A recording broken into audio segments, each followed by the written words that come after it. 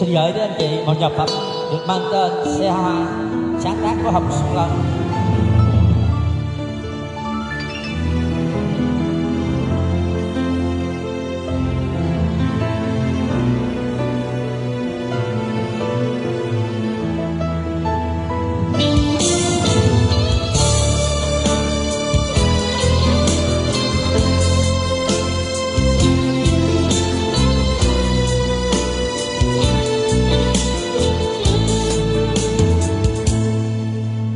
Xe hoa đi về đâu, đưa người yêu tôi đi chốn nào, để mưa rơi trắng đêm là làm gọi ai hiểu hỡi em.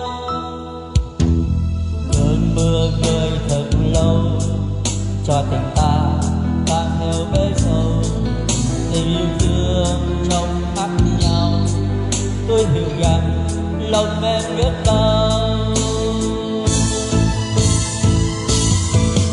Còn đâu nữa ngày nào tiếng cười, còn đâu nữa những chiều bước đi bên người. Giờ xe hoa đã xa, còn thì tôi xót xa. Ngày xưa nhưng em dối lòng, để ngày nay âm thầm bước đi theo chồng.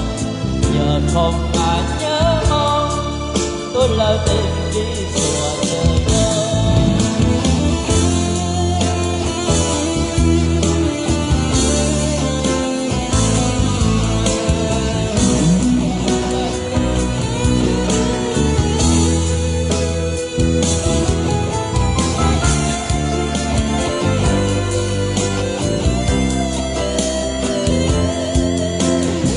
Anh Long, em lại á, xe đi lấy chồng.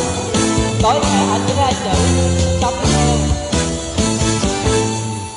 Xe hoa đi về đâu, đưa người yêu tôi đi chốn nào, để mưa rơi trắng đêm là làm gọi ai hiểu hỡi em.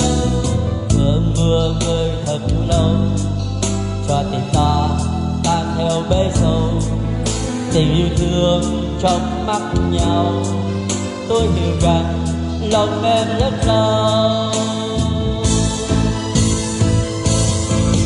Còn đâu nữa ngày nào tiếng cười, còn đâu nữa những chiều bước đi bên người.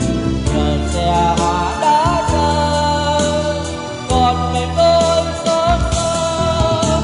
Ngày xưa nhưng em dối lòng, để ngày nay âm thầm bước đi theo chồng.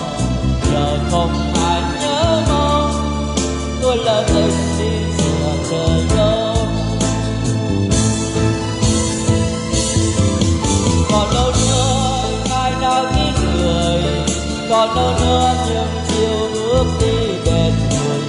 Giờ xe hoa đã xa, còn mình tôi xót xa.